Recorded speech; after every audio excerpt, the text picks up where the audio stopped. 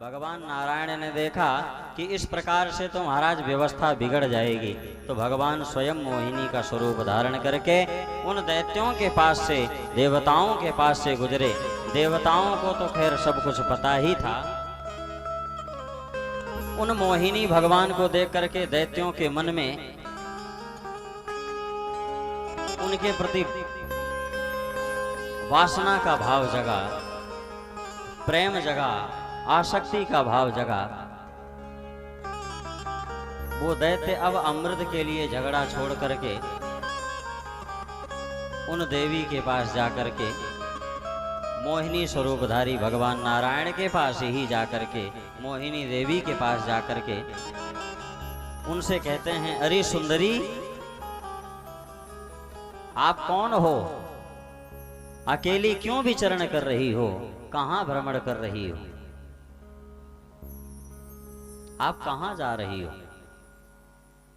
आप इस तरह अकेले ही भ्रमण कर रही हैं, आपको किसी से कोई भय तो नहीं है? कोई भय नहीं है? तो मोहिनी स्वरूपधारी भगवान ने कहा कि हमारी तो छोड़ो, हमारा तो क्या है, आज हमारा यहाँ घर, कल हमारा वहाँ घर, हम जैसी उल्टा स्त्रियों का तो यह कार्य ही है, हमारे चक्कर में मत पड़ो। तुम बताओ तुम क्या कर रहे हो? अब दैत्यों ने बड़ी विनम्रता से, बड़ा प्रेम दिखाते हुए महाराज कहा कि देखो देवी, हमने समुद्र मंथन किया था और समुद्र मंथन से यह अमृत निकला है।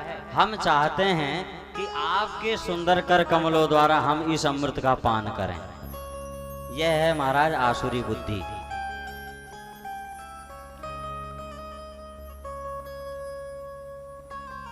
तो मोहिनी भगवान ने कहा कि कितने दिन से स्नान नहीं किए?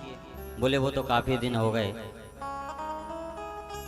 बोले सबसे पहले जाओ स्नान और संध्या इत्यादि की अपनी नित्य क्रिया से निवृत्त होकर के फिर पंगत लगा करके बैठो, तब मैं सबको अमृत पान कराऊंगी। ऐसे मैं अमृत पान नहीं कराती हूं।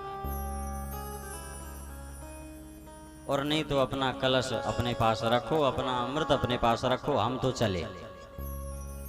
तो दैत्य बोले नहीं नहीं, अब आपको कहीं नहीं जाना है, हमें अमृत पान करा करके ही जाना है। हम तो अमृत अगर जो पिएंगे तो आपके ही कर कमलों द्वारा पिएंगे। इतने महाराज आसक्त हो गए वो असुर दैत्य। और ये तो भगवान की लीला है। कथा है कि भगवान भोलेनाथ भी मोहिनी भगवान के स्वरूप को देख करके महाराज मोहित हो पड़े। अब सभी के स्नान आदि नित्य क्रिया से निवृत्त होने के बाद जब सब पंगत लगा करके बैठे देवता और दैत्य, तो भगवान ने देवताओं की तरफ से अमृत पान कराना प्रारंभ किया। दैत्य उठ खड़े हुए, नहीं देवी, यह अन्याय नहीं होगा। अमृत हमने आपको अमृत दिया है बांटने के लिए, तो अमृत का जो परिवेशन का कार्य है, जो परोसने का कार्य है, जो पिलाने का कार्य है, वह हम दैत्यों की तरफ से होगा। तो भगवान ने उस अमृत की एक बूंद नीचे धरती पर टपका दी।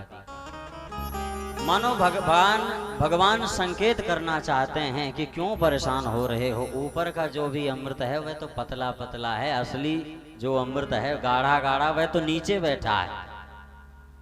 इन देवताओं को पहले पतला पतला अमृत पिला दें, फिर जो गाढ़ा गाढ़ा असली अमृत बचेगा, जो माल माल बचेगा, वो तुम सब पान करोगे। अब ये तो असुर है ना महाराज,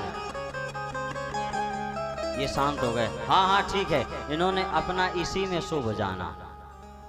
इन्हें लगा कि यह देवी हमारे पक्ष में बड़ा हमारा पक्ष ले रही है, बड़ी हमारी शुभ चिंतक है। भगवान ने अमृत पान कराना प्रारंभ किया। जब कराते चले जा रहे हैं, दैत्यों ने देखा कि धीरे धीरे धीरे धीरे करके अमृत समाप्त होता चला जा रहा है। तो